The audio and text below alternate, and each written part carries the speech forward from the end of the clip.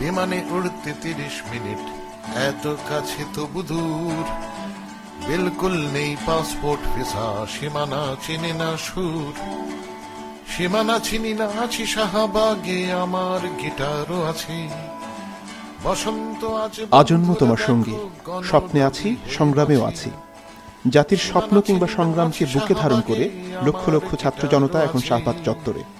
দেশের পক্ষে, স্বাধীনতার পক্ষে এমন আকুতি আরও একবার অনুরণিত হয়েছিল 1971 সালে। 42 বছর পর আবারও সেই স্লোগান নিয়ে তারুণ্যের শানিত উচ্চারণ। সেই উচ্চারণ কিংবা গণদাবির সাথে সারা দেশ যখন একাট্টা, তখন একটি গোষ্ঠী সেখানেও রাজনীতি খোঁজার নিরন্তর চেষ্টা চালিয়ে যাচ্ছেন। এ বিষয়ে বাংলাদেশ থেকে প্রতিক্রিয়া জানালেন শহীদ বুদ্ধিজীবী সিরাজউদ্দিন হোসেনের পুত্র সাংবাদিক জাহিদ রেজা নূর। যেদিন রায় হলো কাদের মোল্লার বিচারের, সে যাবজ্জীবন কারাদণ্ড পেল, সেদিন সত্যি সত্যি স্তম্ভিত হয়ে গিয়েছিল বাংলাদেশ। আমাদের প্রত্যেকেরই মুখ বিবর্ণ হয়ে গিয়েছিল। আমরা আসলেই ভাবছিলাম যে কিভাবে 4-5টি বিষয় অভিযোগে প্রত্যেকটিতেই যার অভিযোগ প্রমাণিত হয়েছে তার সর্বোচ্চ শাস্তি না হয়ে যাবজ্জীবন কারাদণ্ড হচ্ছে। কিন্তু তারপর ওই ফেসবুকের দেখলাম যে তরুণরা জড়ো হবে শাহবাগে।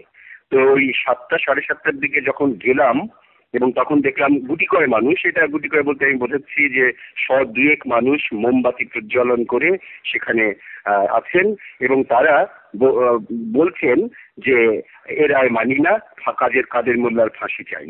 এবং এই যে আন্দোলনটা, খুব অল্প কিছু মানুষের আন্দোলনটা আস্তে আস্তে ব্যাপক হতে শুরু করে। রাত যত বাড়তে থাকে ততই মানুষ আসতে থাকে। এবং একটা জিনিস লক্ষণীয় যে প্রথম দিন তরুণদের মধ্যে যে উৎসাহ, আগ্রহ, উদ্দীপনা দেখা গিয়েছিল, এই যে আজ এতগুলো দিন হয়ে গেল এখনো সেই আগ্রহ আছে। একটা ব্যাপার পরিষ্কার করা দরকার যে এই আন্দোলনটা সত্যিকার অর্থেই স্বতঃস্ফূর্ত ভাবে হয়েছে। এখানে কেউ এসে ইন্ধন দিয়েছে কিংবা কেউ বলেছে যে এটা এরকম ভাবে করলে তোমরা এগিয়ে যেতে পারবে, সেটা হয়নি। সময়ের স্রোতেই একটার পর একটা ঘটনা ঘটে। অন্যদিকে নতুন প্রজন্মের কথা সাহিত্যিক স্বাগতা শারমিন পুরো আন্দোলনকে দেখছেন মানুষের অভাবিত এক জেগে ওঠার প্রত্যয় হিসেবে। আমাদের এখানে লন্ডনে, শাহবাগে, পৃথিবীর যে কটি দেশে নতুন প্রজন্মের, তরুণ প্রজন্মের মানুষজন এই আন্দোলন এগিয়ে নিয়ে যাচ্ছে এবং এটাকে একটা স্থির লক্ষ্যের দিকে নিয়ে যাওয়ার চেষ্টা করছে। তাদের জেগে ওঠাটা, এটা আমাদের জীবদ্দশায় দেখা, এটা একটা বিশাল অভিজ্ঞতা। আমি মনে করি বাংলাদেশের জন্য এটা একটা অনন্য সৌভাগ্যের সময় এবং কোনো রকম দলের ছত্রছায়ায় না থেকে আমরা কেবলমাত্র আমাদের মুক্তিযুদ্ধের স্লোগানগুলো, আমাদের মুক্তিযুদ্ধের গানগুলোকে সম্বল করে আবার একটা এত বড় অ্যাচিভমেন্টের জন্য আমরা লড়ছি, সেটা আমাদের জন্য অনেক বড় পাওয়া।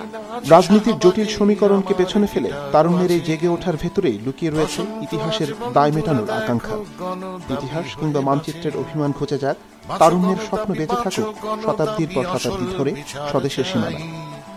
Desk report, ATN Bangla. গণদাবি একটাই, বাঁচো গণদাবি, বাঁচো গণদাবি, আসল বিচার চাই।